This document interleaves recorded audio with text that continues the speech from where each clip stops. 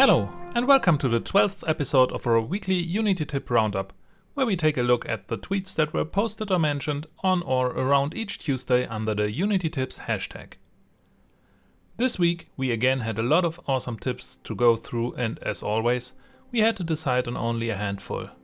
We hope that we picked the right ones just for you.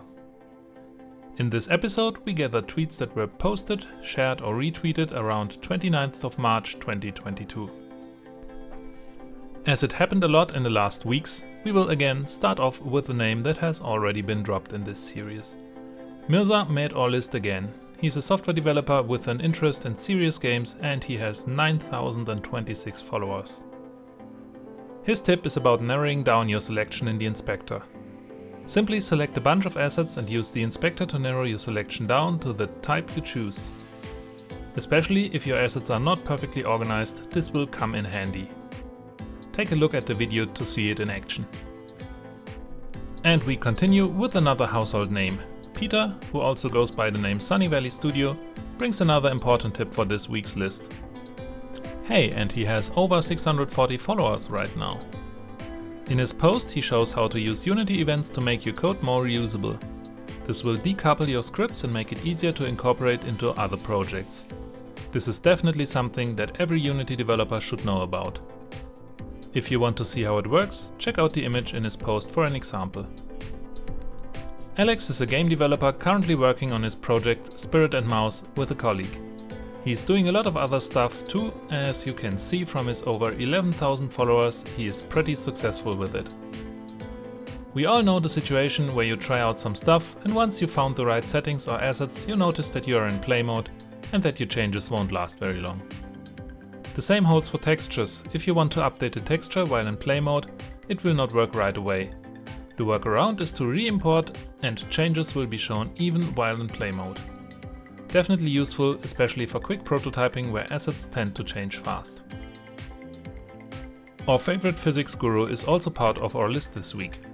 Vehicle Physics is back with 2,367 followers and another, yes, we almost anticipated it, physics-related tip. If you are using the add torque function around an axis and it results in weird rotations, the culprit may be the inertia tensor that has a non-identity rotation. To fix it, you can set the inertia tensor of a rigid body in your script. Just assign an identity quaternion and the problem should be gone.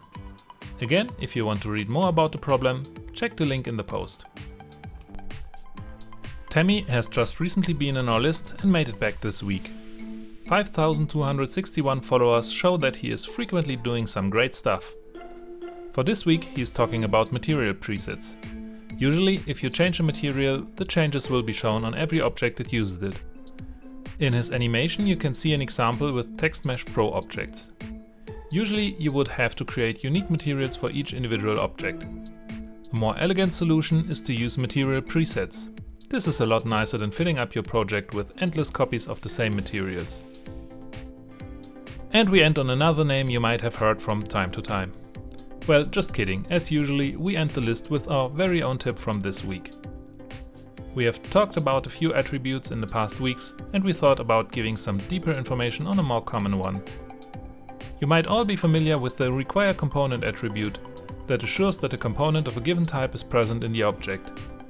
But did you know that you can specify more than one required component? To be fair, this will come with a minimal performance hit when the object or a component gets destroyed. But for more complex objects, which rely on the existence of specific components, this adds a lot of foolproofing. Check out the image in the post to see how it's used. And to continue with another required part of our series, here's the end of the list. As always, we try to keep the list short and meaningful, but you should also keep in mind that there are a lot more great and useful tips out there. All the helpful creators spend parts of their time sharing the knowledge. Let's give something back and leave them a follow and a few likes. If you enjoyed this video, we would like to recommend watching the rest of the series, which you can find on our channel. And hey, while you are there, how about subscribing? If you do, don't forget to hit the bell icon for notifications. For any questions, comments, recommendations or requests, please use the comment section. Thank you for your time and see you next week.